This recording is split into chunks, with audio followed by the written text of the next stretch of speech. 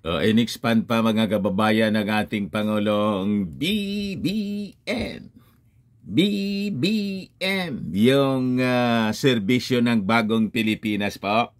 Ano yan, Mr. Maravillas? Yung pagsiservisyo po sa ating mga mamamayang Pilipino.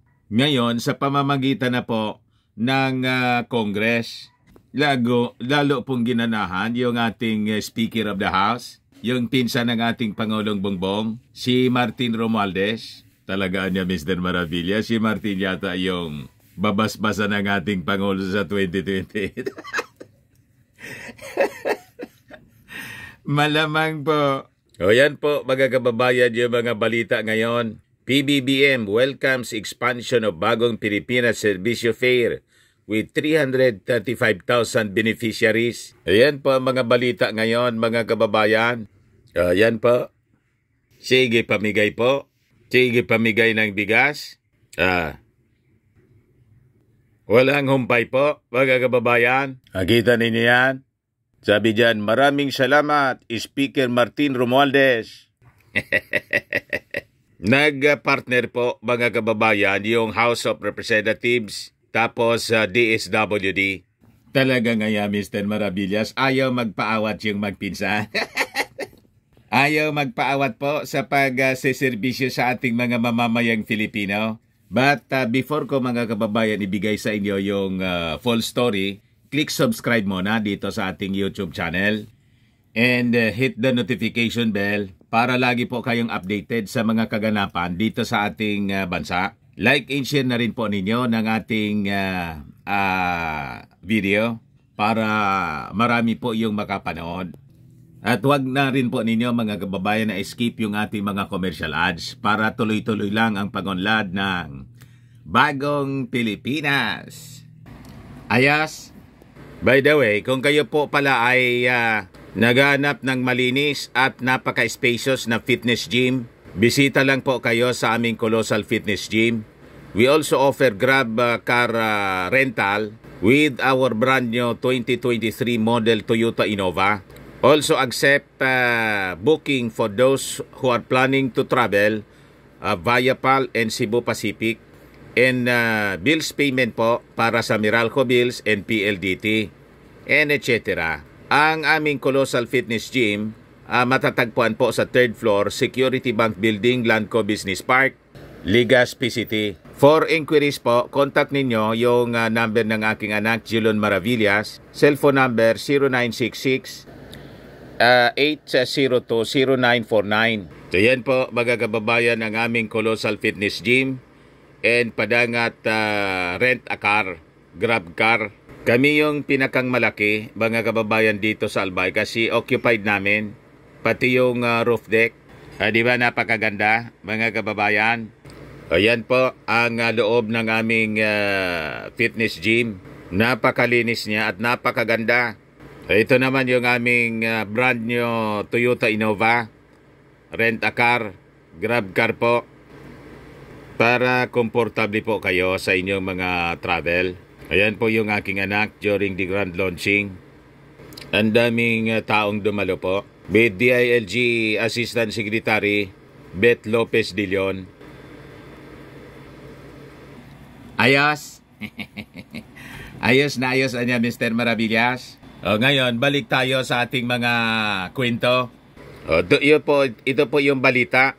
Sabi dyan, President Ferdinand Romualdez Marcos has welcomed the further expansion of the Bagong Pilipinas Servicio Fair to Santa Cruz, Laguna on Saturday, kung saan yung iba-ibang mga serbisyo ng ating gobyerno such as medical, financial, labor, education, and several others were offered. Inutosan niya, mga kababayan, yung kanyang special assistant, si Lagdameo, na mag-represent sa kanya. Ayos. So sabi dyan, mga kababayan, itong Bagong Pilipinas Servicio Fair aims to provide reliable government services sa ating mga mamamayang Filipino. Ito po ay alinsunod sa adhikain ng ating Pangulo na maisulong ang isang bagong Pilipinas kung saan na ipapaabot ang paglilingkod ng gobyerno sa paraang mabilis, maayos, at abot kamay ng bawat Pilipino. Sabi po ni Lagdameo, tandaan po ninyo na ang gobyerno ay palaging buong puso at handang umagapay sa inyo sa lahat ng oras, lalong-lalo na anya sa mga kababayan nating pinakang nangangailangan. So, ito pong bagong Pilipinas Serbisyo Fair, in partnership po siya sa DSWD, pagkatapos sa Kongreso. Sabi nga natin, we have a working Congress, hindi lang nakatutok sa legislation ng mga batas, kundi nangunguna din sila sa pagbibigay ng serbisyo sa ating mga mamamayang Pilipino. Yung pinsan ng ating Pangulong BBM, si Martin Romualdez. Ayan pa, House Speaker Martin Romualdez spearheaded the bagong Pilipinas Serbisyo Fair as he led the House of Representatives at saka yung Department of Social Welfare and Development kahapon po sa pagbibigay ng bagong Pilipinas Serbisyo Fair sa pamamagitan po ng mga legislative districts sa Metro Manila and 2 cities doon po sa Laguna. Sabi po ni Martin, this is in response to the challenge of President Ferdinand Marcos for him to create a program that will give rice aid sa mga mahihirap. So yung programa mga kababayan, tinawag siyang Cash and Rice Distribution Program. So makikita po ninyo, tandem na yung magpinsan para sa pagsiservisyo sa bagong Pilipinas. Ayos na ayos, kaya po mataas ngayon yung ratings ni Martin Romualdez.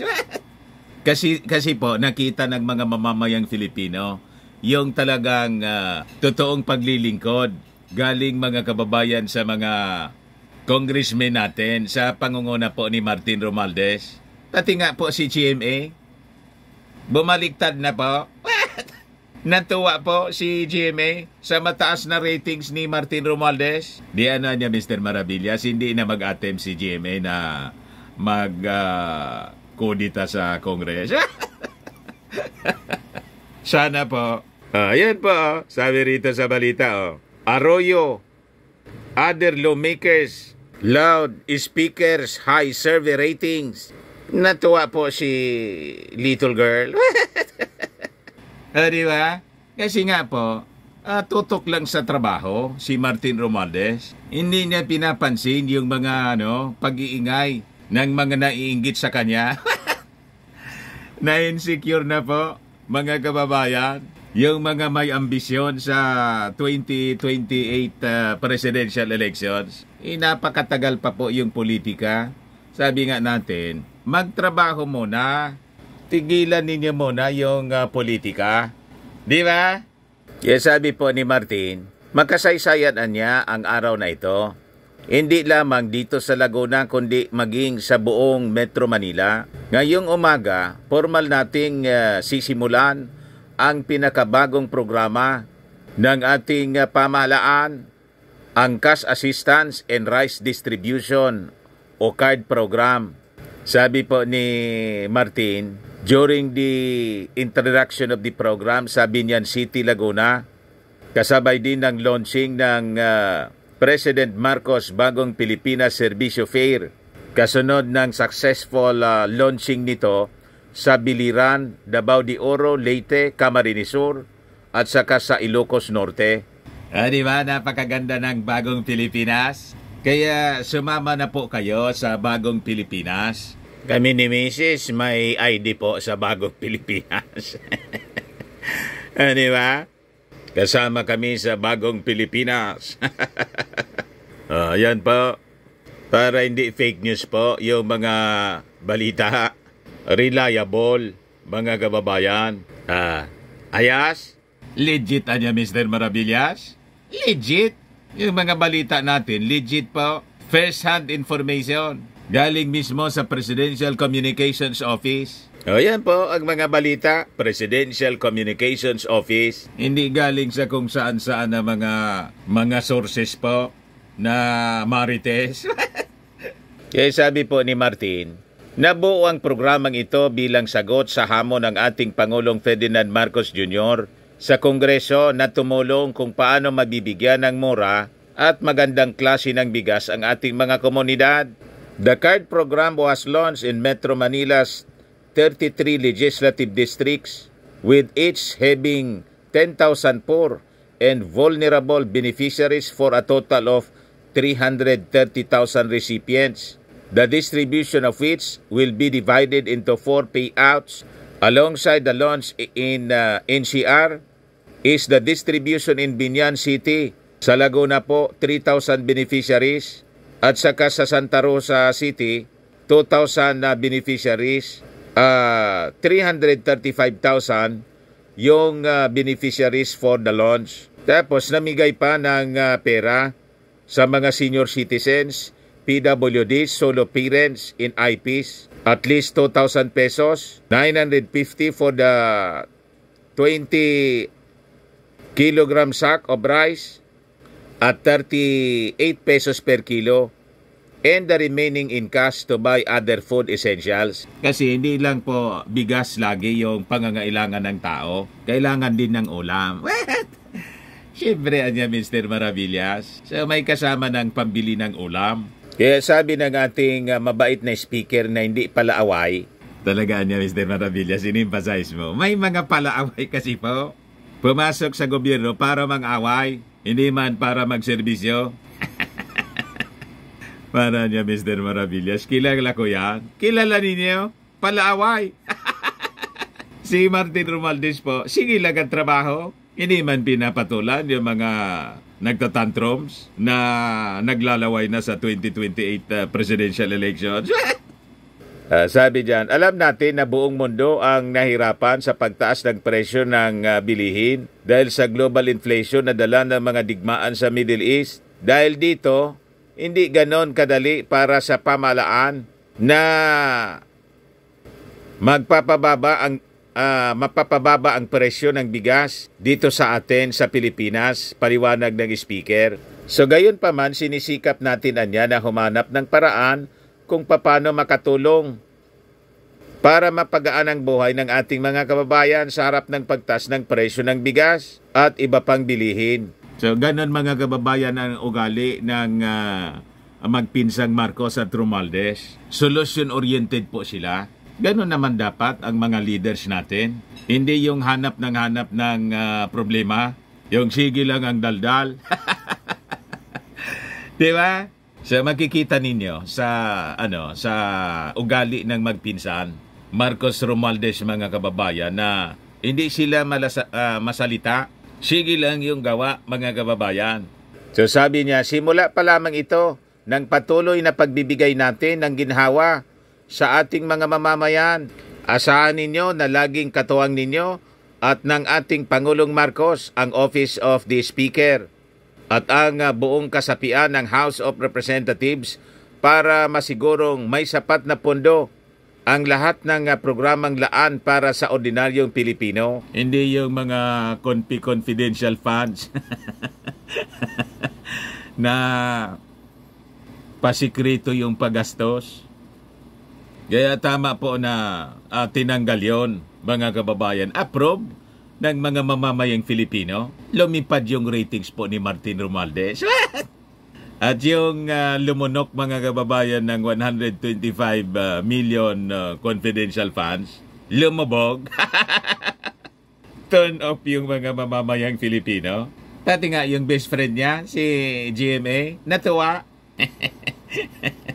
Bumaliktad na yata si the little girl. Suportado na si Martin.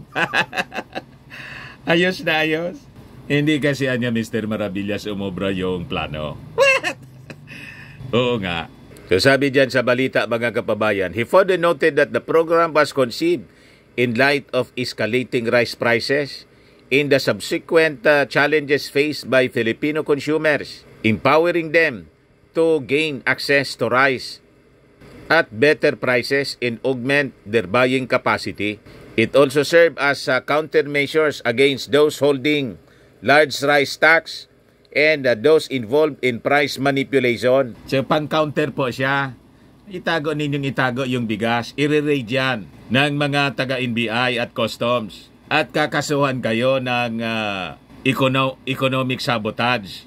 At yung mga nakumpiska na mga bigas, ipamimigay ng ating Pangulong Bongbong at Speaker Martin Romualdez ng libre sa mga mamamayan. Sino yung talo? O di ba magandang strategy po? So sabi rito, Speaker Romualdez, one of the principal organizer of BPSF, also reiterated that the government is committed to bring more than 60 government services closer to the people by visiting all 82 provinces. Maglilibot po sa buong Pilipinas si Martin Romualdez habang si Inday akyat ng akyat sa bundok. Di ba? Talaga niya, Mr. Maravillas. Ito na yata. Ito na yung dapat na ginagawa man talaga ng isang leader. Yan ang kanyang suporta, mga kababayan, buong suporta sa ating Pangulo. The Servicio Fair truly breathed life into the aspirations of President Ferdinand Bongbong Marcos to bring so many government programs within the reach of the people who may not have the means to avail of these benefits. Payag mga kababayan ng Speaker of the House. Ngayon naman po tuwang-tuwa yung mga tao. Di ba? Siya po, si Congresswoman Mitch Calayon Oy. Ayan po, sabi dyan sa report ng Manila Bulletin, Caloocan City 2nd District Representative Mitch Calayon Oy leads the distribution of the cash assistance and rice distribution program to over 2,000 beneficiaries from Barangay 14, Caloocan City on Sunday, November 5.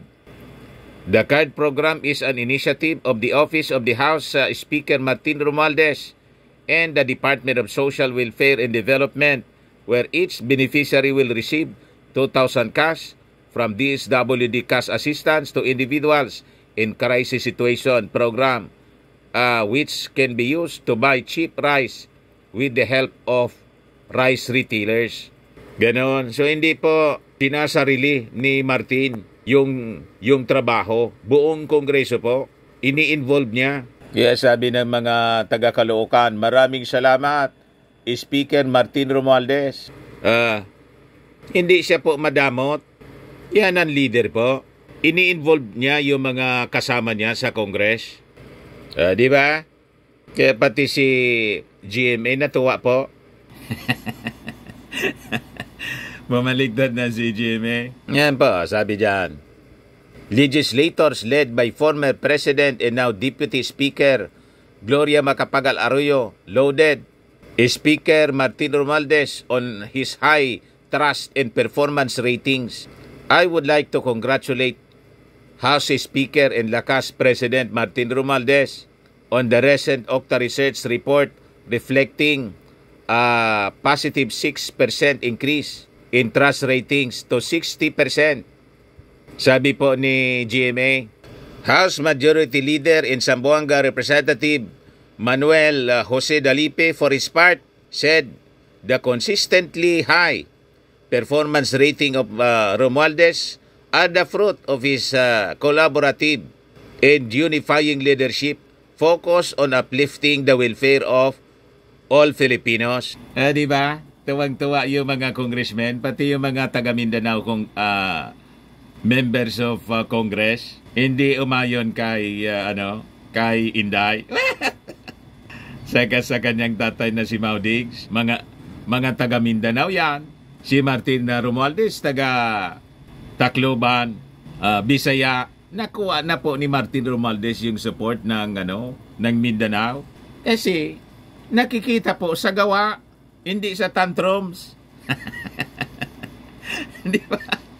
Sabi dyan, the latest result of the Octa poll is proof of Speaker Romualdez's solid and effective leadership that allowed the House of the People to ensure the swift passage of people-centered and proper legislation, sabi po ni Dalipe.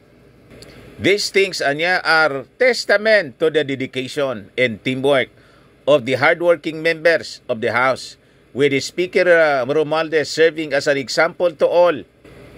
The House of Representatives has become the true embodiment of the House of the People under Speaker Romualdez. Kita ninyo ang susunod na ang successor ng ating Pangulo. Ano ba? Kaya na-insecure po yung mga DDS. Banat ng banat po yung mga DDS vloggers. Hindi man po pinaniwalaan yung kanilang paninira.